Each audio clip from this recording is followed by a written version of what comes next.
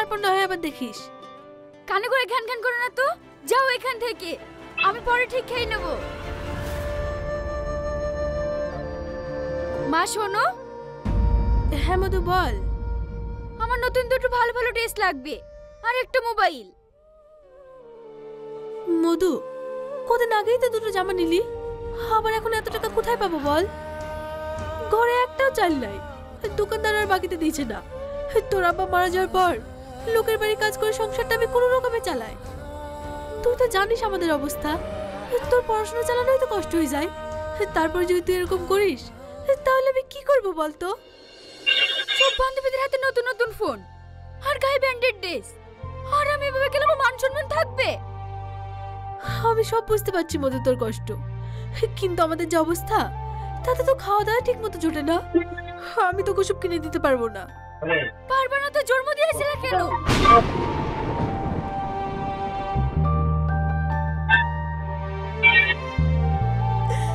মারে, তুই এত বড় কথা বলতে পারলি?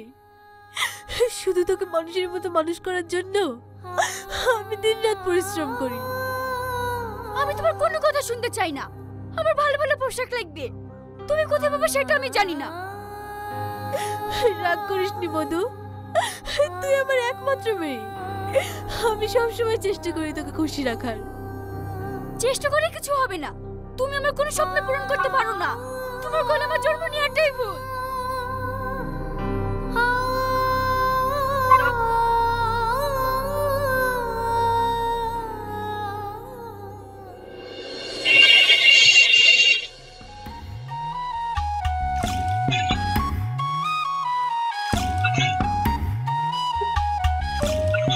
এই সাবুনি, স্যার পড়াচ্ছি আর তুই ক্লাসের মধ্যে ফোন দেখছিস কেন? চুপ কর তো, আমার যা ইচ্ছা তাই করব। ক্লাসের মধ্যে এত জোরে কথা কে বলছে? এই শ্রাবণী, তুমি ক্লাসের মধ্যে ফোন দেখছো কেন? রাখো ফোনটা। Sorry sir. ঠিক আছে বসো। দেখলি তো, বললাম না তোকে ফোনটা বন্ধ কর, শুনলি তো স্যারের কাছে বকা। বাদ দে তো। শ্রাবণী, তুমি এতটা নোংরা, একজন শিক্ষকের কথা অমান্য করছো। আমি চাই না তোমার জন্য আরো স্টুডেন্টের অসুবিধা হোক। বেরিয়ে যাও এখান থেকে, গেট আউট।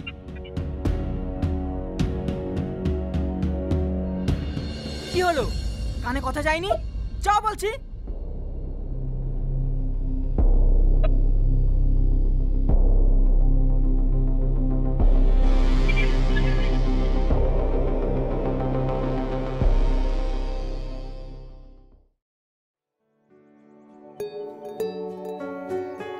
আমি তো এটাই চাইছিলাম যে আমাকে ক্লাস থেকে বার করে দে। তোর চাই পড়াশোনা যে কি করে আমার তো একদম ভালো লাগে না। দেখি রিয়াজকে একটু ফোন করি।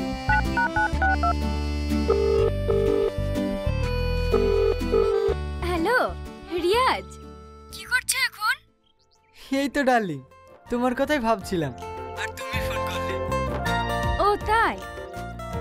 এই শোনো না, আজকে কলেজটা একটু তাড়াতাড়ি ছুটি দিয়ে দিয়েছে, তাই ভাবলাম তোমার সাথে একটু দেখা করব। চলো না সোনা, আজকে আমরা কোনো একটা রেস্টুরেন্টে যাই। আচ্ছা যান, তুমি 5 মিনিট অপেক্ষা করো, আমি আসছি। ওকে সোনা, একটু তাড়াতাড়ি এসো।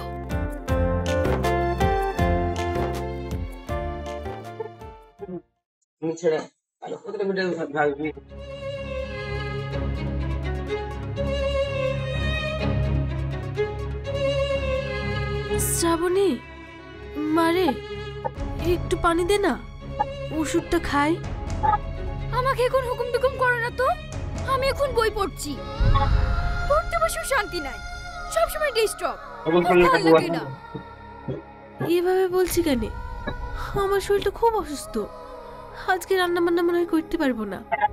তোকে তো আবার না খেয়ে কলেজ যেতে হবে, তাই বলছিলাম তুই রান্নাটা বসিয়ে দে না মধু। এসব রান্না ফান্না আমি করতে পারবো না, আমি এখন পড়াশোনা নিয়ে ব্যস্ত আছি। আমি কলেজ যাওয়ার সময় খেতে পেলেই হলো।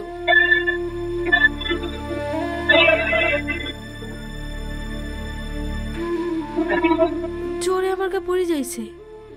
মেয়েটা যদি কিছু না খেয়ে কলেজ যায় তাহলে আবার ও অসুস্থ হয়ে পড়বে। এদিকে আমার শরীরটা ভালো নেই, আমি যে কি করি।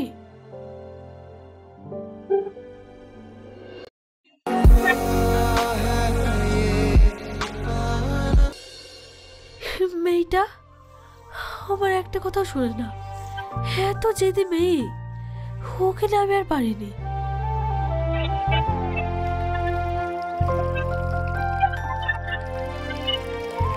আজ আর বেশি কিছু করতে পারছি না, শুধু আলু ছানা আর ডিম ভাজি ভাত করি।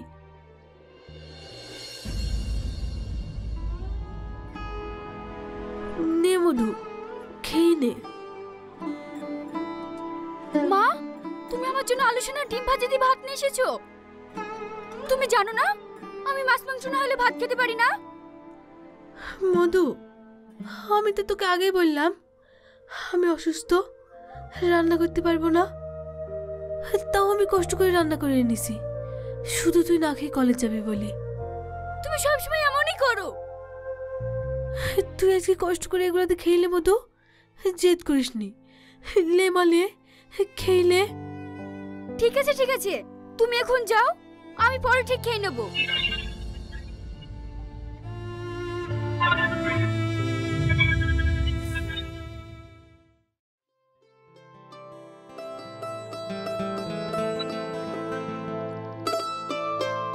আচ্ছা ঠিক আছে, তোরা যা। আমার মা ভীষণ অসুস্থ, মায়ের জন্য ওষুধ নিয়ে বাড়ি যাবো। স্যারকে বলে দিস। আচ্ছা ঠিক আছে।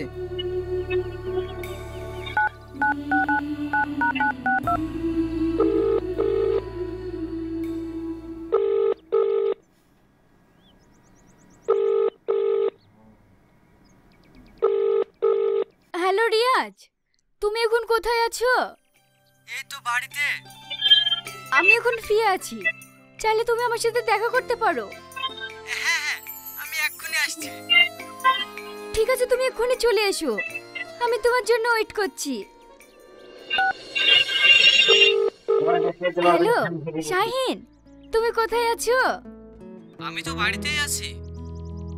রিয়াজ আসছে, তুমিও এসো আমাদের কলেজের সামনে, আমরা সবাই মিলে আড্ডা দেব।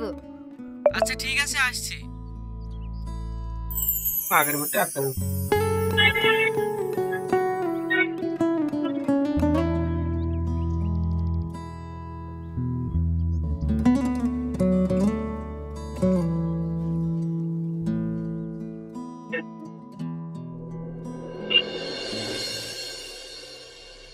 শোনো শ্রাবণী, আমরা একটা প্ল্যান করেছি, একটা জায়গায় ঘুরতে যাব। কোথায়? শহরের বাইরে, নদীর ধারে সুন্দর এক জায়গা। ওখানে কেউ থাকবে না, থাকবো তুমি আর আমি। অত দূর আমি যাব না। কেন? এখন এনজয় করবে না তো কবে এনজয় করবে? না ভয় করছো? ভয় না, আসলে আমি দূরে যাইনি তো তাই। আরে যাব না বললে হয়, আমরা সবাই যাব। তুমি তো বলেছিলে যে কলেজে সব সময় ভালো লাগে না, বিরক্ত ফিল করো, তাই একটু দূরে ট্যুর করলাম, যাতে আমার ডার্লিং এর মনটা ভালো হয়ে যায়। কি বলিস শাহিদ? একদম ঠিক বলেছিস ভাই। আরে ছাড় তো, বেশি দেরি না করে কালকেই বেরিয়ে পড়ি।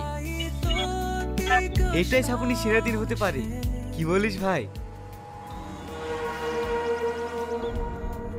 কি হলো শ্রাবণী, কিছু বলো। আচ্ছা ঠিক আছে, তাই চলো। আজ তাহলে উঠি, অনেকক্ষণ হলো কলেজ ছুটি হয়ে গেছে, নাহলে মা আবার চিন্তা করবে। বাই। আচ্ছা যাও, আবার কাল সকালে দেখা হবে। বাই।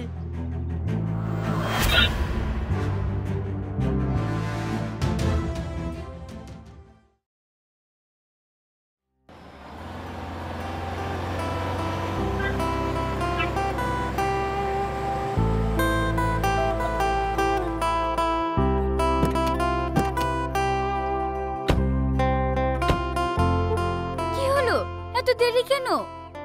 তোমরা যে বলে নদীর ধারে যাব, তাহলে আমাকে এখানে ডাকলা কেন? আরে একটু দেরি হয়েছে তো কি হয়েছে?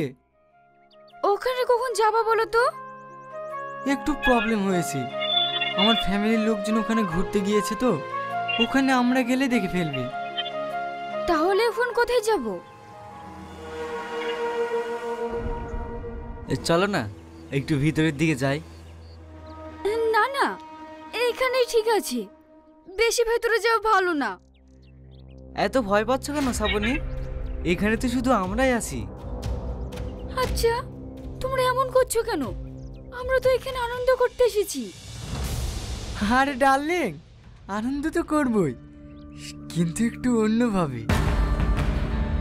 এসব কি করছো? ছেড়ে দাও আমাকে, ছেড়ে দাও, ছাড়ো আমাকে।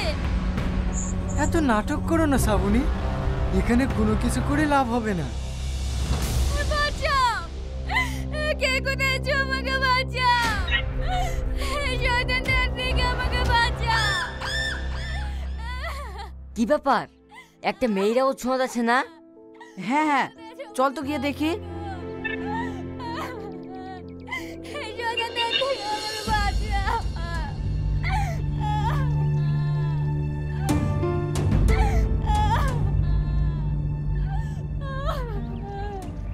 এ কি, সারো মেয়েটাকে, তোমরা কি পাগল হয়ে গেছো নাকি? একটা মেয়ে কিভাবে? সিসি, এই তো দাঁড়িয়ে কি করছি? মাশাআল্লাহ দেখে।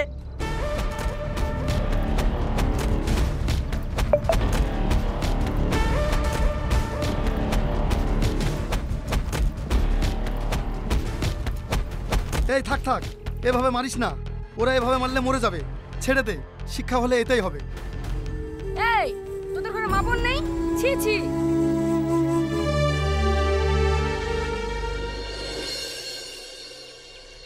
এই, তুই এই পাড়ার রামেশের চাচির মেয়ে না? এইসব মেয়েদের এরকম হয় ভালো, ছোট ছোট পোশাক পরবে আর বাপ মায়ের কথা শুনবে না, পড়াশোনা করবে না। সিসি, রামেশের চাচি খেয়ে না খেয়ে কত কষ্ট করে পড়াশোনা করায়, কোনো অভাব বুঝতে দেয় না। আর তার মেয়ে হয়ে মাকে সম্মান করিস নি? এমন মেয়ে থাকার থেকে না থাকাই ভালো। ছি। এই চ।